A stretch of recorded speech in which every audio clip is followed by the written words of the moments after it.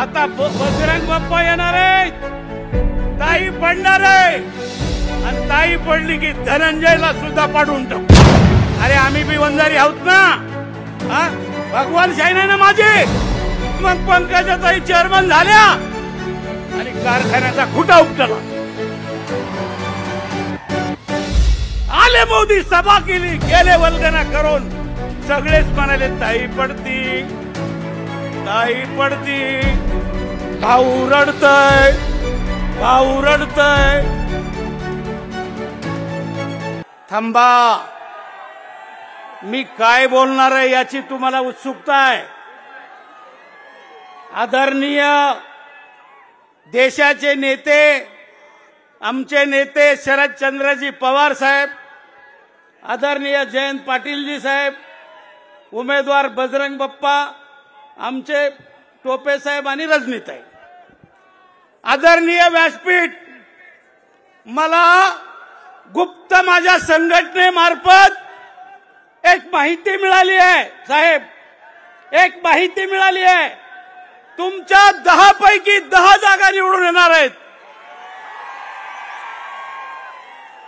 आणि देशात एकच पवार साहेबांच्या राष्ट्रवादी पार्टी देशात सगळ्यात मोठी म्हणजे पैकीच्या पैकी जागा आणणारी पार्टी होणार आहे. शहा आणि मोदीला खेटणारा जर कोण नेता असेल या देशात, सर्व पक्षांची सांगड घालणारा नेता आणि मोदीला शहाला न भिता खेटणारा नेता, त्याचं नाव आहे शरदचंद्रजी पवार साहेब, शरदचंद्रजी पवार साहेब.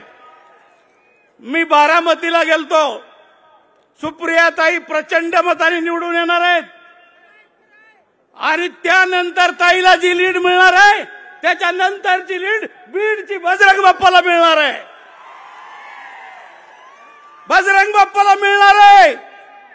मी आपल्याला एकच सांगू शकतो, आणखीन एक साहेब, ह्याची सभा झाली मोदीची, लई चांगलं झालं.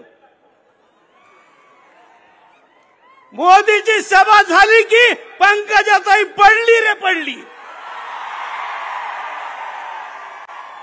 विधानसभेच्या निवडणुकीत परळीत सभा झाली, पंकजाताई पडली. आम्ही सांगितलं त्यांच्या काही कार्यकर्त्याला मोदीला आणा.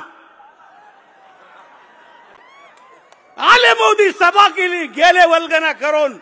सगळेच म्हणाले ताई पडती, ताई पडती. भाऊ रडतय, भाऊ रडतय. ताई पडल्याचं दुःख सगळ्यात भावालाच होतंय. ताईला मी एक प्रश्न विचारतो साहेब. ताई म्हणल्या होत्या प्रीतम ताईचं ताट मी ओढून घेणार नाही, प्रीतम ताईचं ताट मी ओढून घेणार नाही. फडणवीसांना सांगितलं मी नाही उभी राहणार. ते गडगूचे गडगू दिसतंय ना शहा, त्याने आणि मोदी साहेबांनी बोलवलं. ते म्हणले पंकजा तुला उभं राहायचंय, त्या म्हणले नाही राहणार. त्याने सांगितलं ईडी लावील, वैद्यनाथ कारखान्याला ईडी लावेल. खाली बसल्या, घाम पुसला आणि हो म्हणल्या. आता त्या म्हणतात मी मी मी कोण आहे? विकास कन्या. विकास कन्या बरोबर आहेत, मी मान्य करतो तुम्ही विकास कन्या आहेत. विकास कन्याला कोणता विकास केला? वैद्यनाथ कारखाना बंद पाडला. अरे तुमच्या शेतकऱ्याचे पैसे येणार का नाही? मजूर गेले कुठं? कर्मचारी कुठं गेले? या वैद्यनाथ कारखान्याचा मी उपाध्यक्ष होतो 10 वर्ष साहेब. मुंडे साहेब चेअरमन, मी उपाध्यक्ष. कारखाना मी उभा केला आणि ठोंबरे एमडी. कारखाना आम्ही उभा केला 11 महिन्यात. पहिल्या वर्षी गाळप केलं 6,45 कोटीचा कारखाना 43 कोटीत. मी आज व्हाईस चेअरमन असताना आशिया खंडात पहिला आलता. आणि मग पंकजाताई चेअरमन झाल्या आणि कारखान्याचा खुटा उपटला. आता तर लोखंडही ठेवीत नाहीत तिथं, लोखंडही ठेवीत नाहीत. बर पनगेश्वर बंद पाडला का नाही? त्याचे पैसे येणार का नाही? आंबा कारखाना धनुभाऊ पालकमंत्री धनुभाऊ चालवायला घेतला आणि आंबा कारखानाही बंद पाडला. मी आता शेवटचं एकच सांगेल की यांची हुकुमशाही, यांची दादागिरी ही आम्ही चालू देणार नाही. त्यांचं बोगस मतही परळीत होऊ देणार नाही. आणि बस ते म्हणतात की परळीतून आष्टीतून लीड घेऊ. कसं घेतात तुमची लीड आम्ही रुकू. एकच सांगेल शेवटी, अरे आम्ही बी वंजारी आहोत ना. भगवान शाही नाही ना माझे. मी संघटन केलंय ना तुमच्या अगोदर. तुम्हाला तर विटाळच होता ना वंजाऱ्याचा. तुम्हाला वंजारी ओबीसी निवडणुकीत आठवतात, जात आठवते.